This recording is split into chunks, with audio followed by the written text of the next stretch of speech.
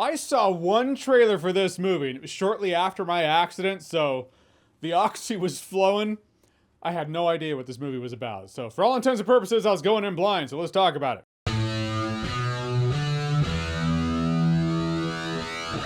So Eenie Meanie's a crime film, a fun-ish. That's the directorial debut of writer-director Sean Simmons. It stars Samara Weaving as the former getaway driver named, you guessed it, Eenie Meanie. She has to pull off a heist job, or at the very least be the getaway driver of a heist job in the name of saving the life of her albatross of a boyfriend slash ex-boyfriend. But out the gate, Samara Weaving, I mean, she commits to the role. She shows up to work. She's a professional. I think Marshawn Lynch needs to talk to his agent about being in these mid-ass movies. But it's the Samara Weaving show and her as a lead. I mean, that does lend a lot to the film. And the characters in this movie, there was an energy to them. I feel like with some refinement, director Sean Simmons could go places. There are moments where I was like, I see what you were trying to do. The clever, snappy dialogue, the first act of this movie just didn't stop, and I kind of dug it. This movie's a melting pot of ideas from other movies. It's like a film fan took from a bunch of other movies and sprinkled it into a cauldron and tried to make a new movie. That never feels like a new movie, just feels like homage to a bunch of other movies. Dime store Guy Ritchie and Tarantino. In fact, borrow a bunch from those Tarantino ripoff films from the 90s through the 2000s. Finish it off with Dime store Ocean's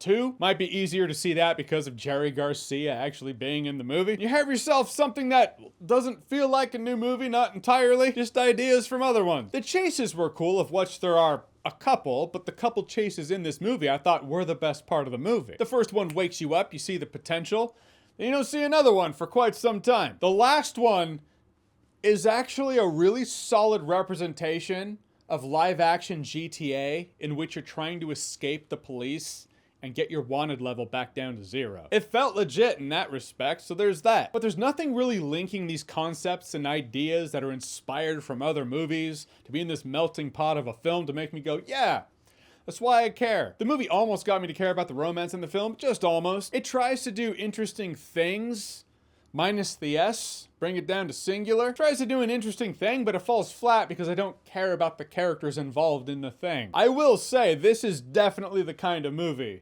that would come straight to streaming. Straight to streaming's become more legitimized in the past few years. Still, there are those movies you see that come straight to streaming and you're like, there's a reason why. In the end, I was left with that feeling of, how can a movie with this much chaotic energy feel this boring? Showed promise at the beginning, by the end, it's a movie I'm not gonna remember in T-1 day. Yep, already forgot. Shortest review since the last shortest review I did, but I'm not gonna lie to you, I just kinda wanna get to bed.